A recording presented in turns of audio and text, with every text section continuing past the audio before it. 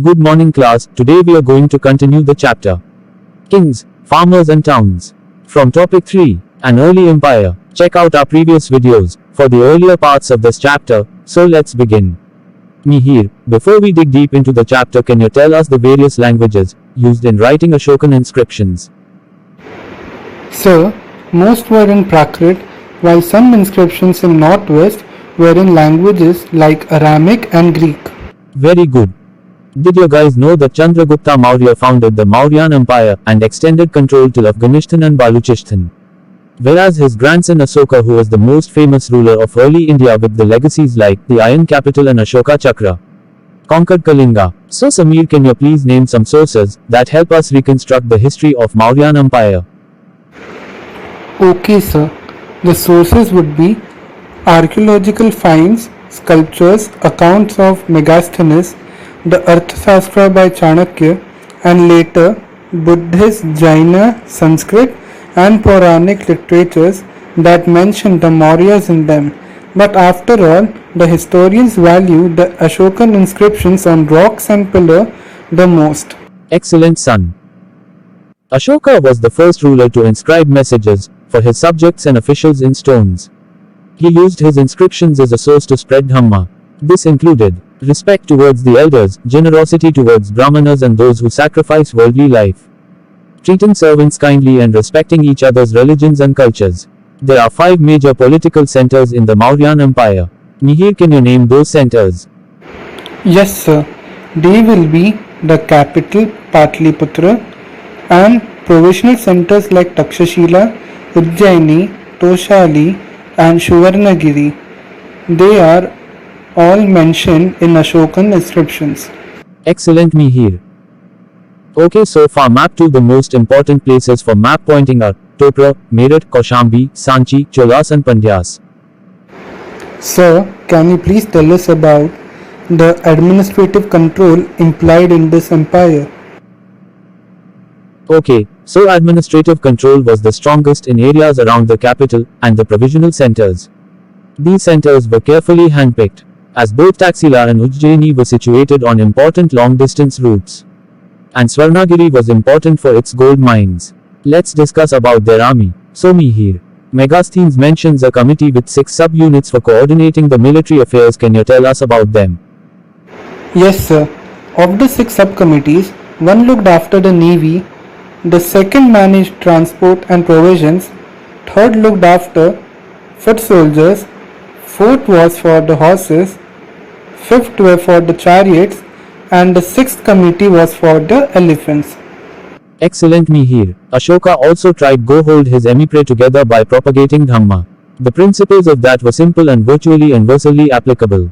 To spread this message, special officers called the Dhamma Mahamatta were signed. Samir, did you know that the Arthashastra laid down every minute details of administrative and military organizations? Now by the 2nd century BCE, new chiefdoms and kingdoms emerged in several parts of the subcontinent.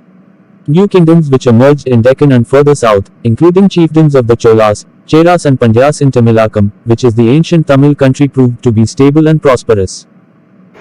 Yes, sir. A chief is a powerful man whose position may or may not be hereditary. He derives support from his kinfolk. His functions included performing special rituals, leading the army in war, and arbitrating disputes. The gifts he got from his subordinates were distributed in his supporters. Chiefdoms didn't actually have a regular army or officials. Way to go, Mihir. Early Tamil Sangam texts contain poems describing chiefs and the ways in which they acquired and distributed resources. Great chiefs like the Satavahanas and Shakas derived revenues from long-distance trade. Their social status was mostly obscure, but Satavahanas tried their best to claim social status in various ways. One way of claiming high status was to identify with a variety of deities. This plan was mastered by the Kushanas. They ruled from 1st century BCE to 1st century CA. By help PF texts and inscriptions we learn about them. Their notions of kingship are best projected in their coins and sculptures. Their colossal statues are found in a shrine at Mat near Mathura and Afghanistan.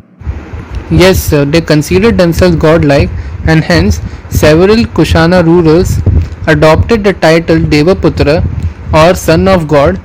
They were possibly inspired by Chinese traditions where they called themselves sons of heaven. Absolutely me here. By 4th century, there is evidence of larger states, including the Gupta Empire.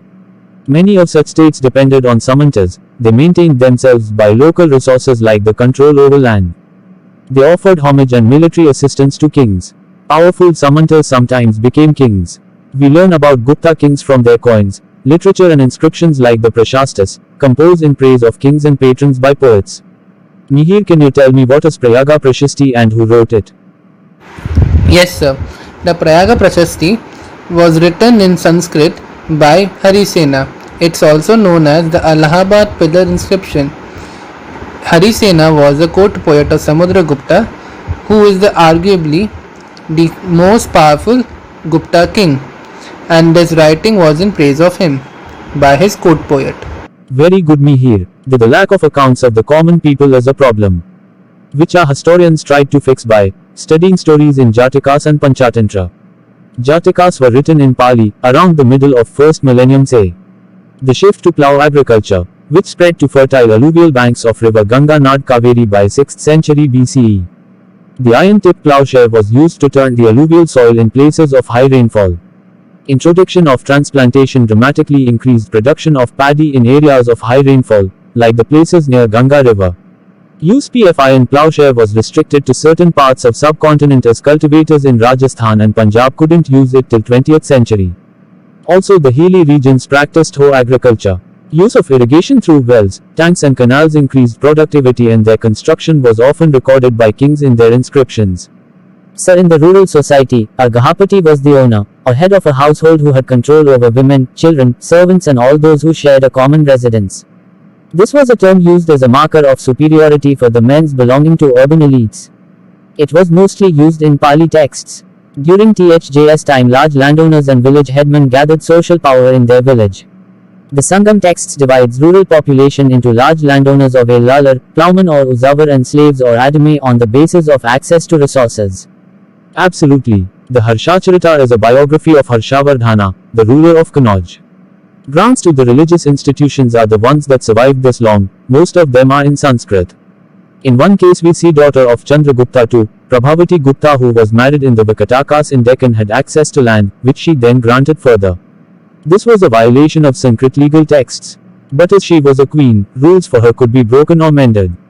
Some historians believe that land grants were a sign of weakening political power, as when kings lost power over Samantas, they tried to win loyal allies by granting lands. So here we come to the end of part 2 of this chapter. And if you like this class and the video, please like and subscribe to my channel to be part of the CBSE Cracked family, where we will learn something new every day with our regular and educative content. Thanks, sir.